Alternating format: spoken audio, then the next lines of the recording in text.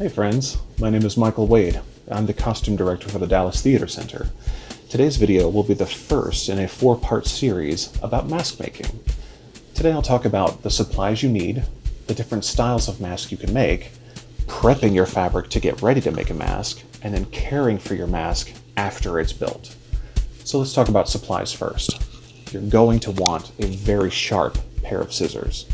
You could use your average kitchen shear if you wanted to or if you needed to, but know that they're often duller and they tend to gnaw through your fabric instead of cutting through your fabric.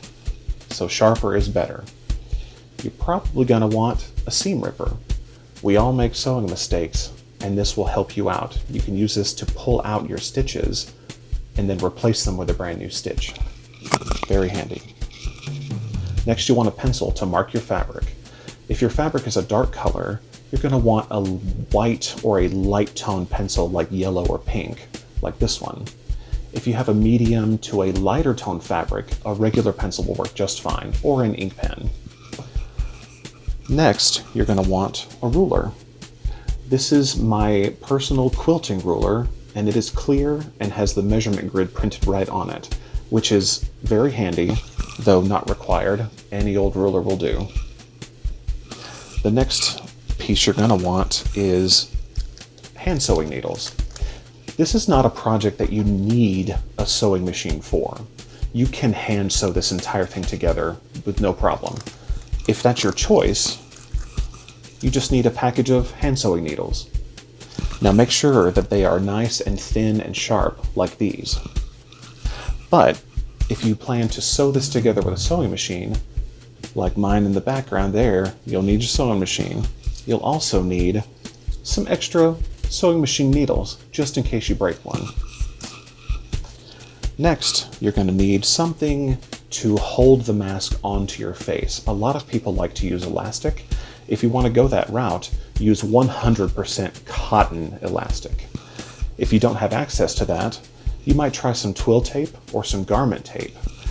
If you don't have access to that, something that's easily found in your household will be a shoestring. What's cool about the shoestrings is that they already have the little plastic egglets on the end, so your end is already finished. It won't come unraveled when you wash the mask. Next, you're going to need something for the nose piece. Now, I just happen to have these little metal bars that were made for us by the Smart Union Local down in San Antonio. These are perfect. They're very pliable.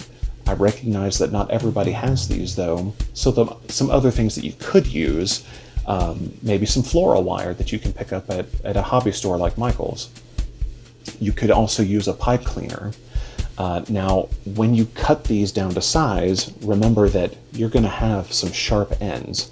So what you're going to want to do to take care of that is either, if you happen to have a grinder or a Dremel tool, you can grind the sharp bits down. You can also maybe try a little dab of glue, or wrapping the end in some electrical tape or some duct tape. And you're going to want to cover these or get rid of these sharp ends, definitely, because eventually they're going to poke through the fabric of your mask. And given the proximity of the nose piece to your eyes, you do not want sharp bits that close to your eyes. The next supply you're going to need is some thread. Your average sewing thread will work just fine. Your final supply is your fabric. Now pick something you like, because you're going to have to wear this on your face pretty frequently, but make sure that it's 100% cotton. And this is important because of how you will care for this, which I'll talk about in just a minute. Next, I'm going to talk about the different styles of mask that you can make.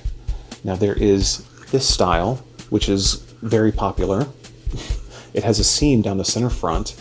It is curved so that it stands away from your nose and mouth.